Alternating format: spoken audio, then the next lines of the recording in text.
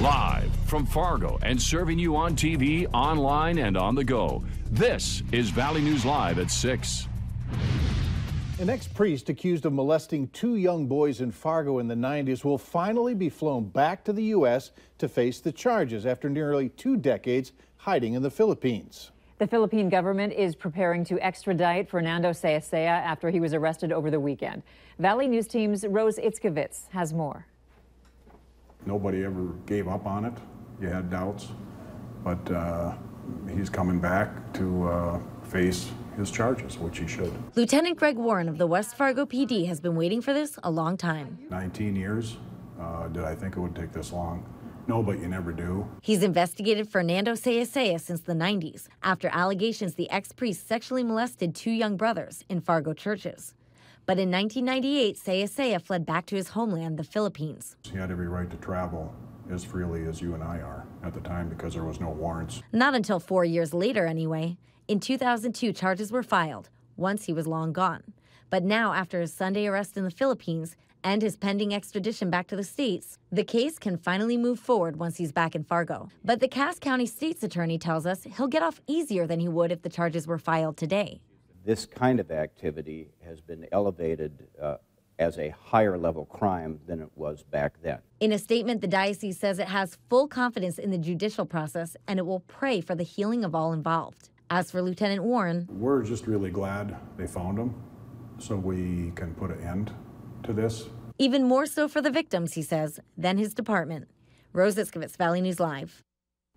The Cass County State's attorney would not go into detail about the victims, but he says he will use all appropriate witnesses to support the charges. Officials say they're not sure on when Sayasaya is due back in Fargo. Police in Fergus Falls say they have a person of interest in custody after an apparent shooting that left 2 people injured. Someone called police to report a gunshots heard at a downtown apartment around 4 in the morning yesterday. Investigators found signs of a shooting and later found a victim with a gunshot wound at a local hospital. That victim was taken to Fargo with injuries that weren't severe. Authorities also found a man walking south of Fergus Falls with blood on his clothing. He fit the description of a person involved. He also had a gunshot wound.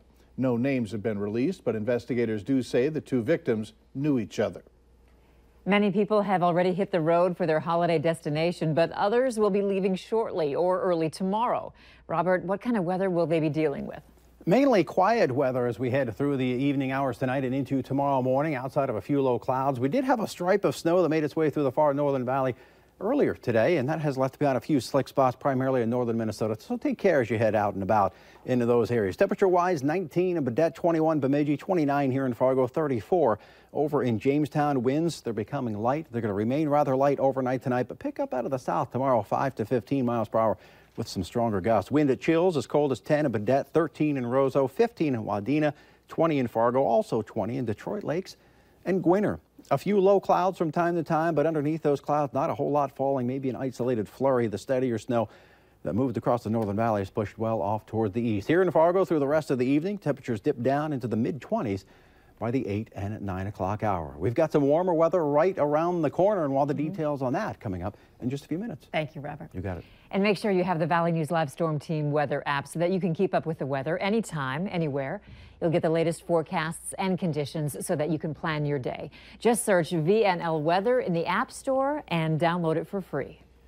Police in Grand Forks want you to know about a high-risk sex offender living in the area. They say Kelly Tanner is living at 1002 University Avenue, Unit Number 2.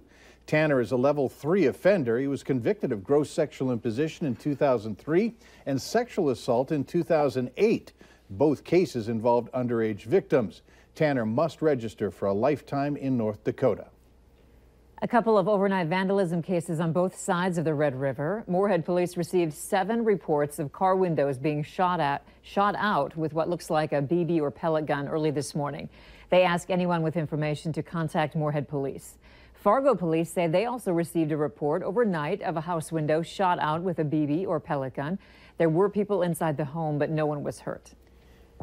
In tonight's schemes and ripoffs, Fargo police are warning you of scammers pretending to be from their department. Someone in the community receives a phone call from a man from with a foreign accent claiming to be Officer Justin Thomas with the Fargo PD. Even the caller ID showed the department's phone number. Now, if you get a call like this, never give personal information over the phone. Also, take down the caller's name and notify police. A teenage boy is in the hospital with injuries he suffered in a rollover crash. The Richland County Sheriff's Office says it happened around 10:30 last night near Lidgerwood on County Road 20. Deputies say the teenager swerved to avoid a deer and his SUV rolled. He was taken to a Fargo hospital. A passenger was not hurt. If you have a solid plan on how to get the medical marijuana system up and running in North Dakota, the State Health Department wants to hear from you. The department is accepting requests for proposals on a system to develop, maintain, and monitor the state's medical marijuana program. The chosen system also will help in registering distribution centers and patient card holders. Voters approved medical marijuana in November of last year. The drug isn't expected to be available to patients for another year. Requests are being accepted through December 27th at 3 in the afternoon. For more information, go to the State Office of Management and Budget's website. We have a link attached to this story on our website at valleynewslive.com. Minnesota Governor Mark Dayton says he reached out to U.S. Senator Al Franken on a personal level after a swirl of allegations of improper conduct. The Democratic governor says he has no insight into how Franken will respond to pressure over questions about misconduct. Franken was accused last week of forcibly kissing L.A. broadcaster Leanne Tweeden during a 2006 USO tour and was photographed reaching out as if to grope her as she slept. A second woman, Lindsay Menz, said that Franken squeezed her bottom while posing for a photo at the 2010 Minnesota State Fair. Dayton says he didn't discuss strategy or planning with Franken, whom he called a longtime friend. The governor has not called for Franken's resignation and says an ethics investigation is proper. Officials don't think the Keystone Pipeline leak near the North Dakota-South Dakota border polluted any surface waters or drinking water systems. TransCanada's testing of water from a drainage ditch next to the pipeline's estimated 210,000-gallon oil spill found no oil. An environmental scientist manager for the South Dakota DNR said the ditch in Marshall County appears to flow into a creek, but officials haven't spent significant resources following the ditch downstream because they believe it's not contaminated. A TransCanada spokeswoman says that more than 16,000 gallons of oil had been removed as of Tuesday. The cause for that leak is still unknown. For those in need of a home renovation, a group in Valley City is looking to help out. Valley City Barnes County Development Corporation is making $100,000 available to renovate existing multifamily housing structures. The money comes in part from the Bank of North Dakota's Flex PACE program, which provides financing for new, affordable multifamily housing units and non-residential childcare projects. The corporation will begin accepting applications in January on a first-come, first-served basis.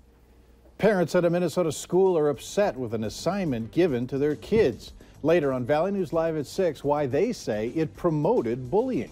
Up next, there's more than just a nasty smell coming from the smokestacks of 2 Minnesota sugar plants.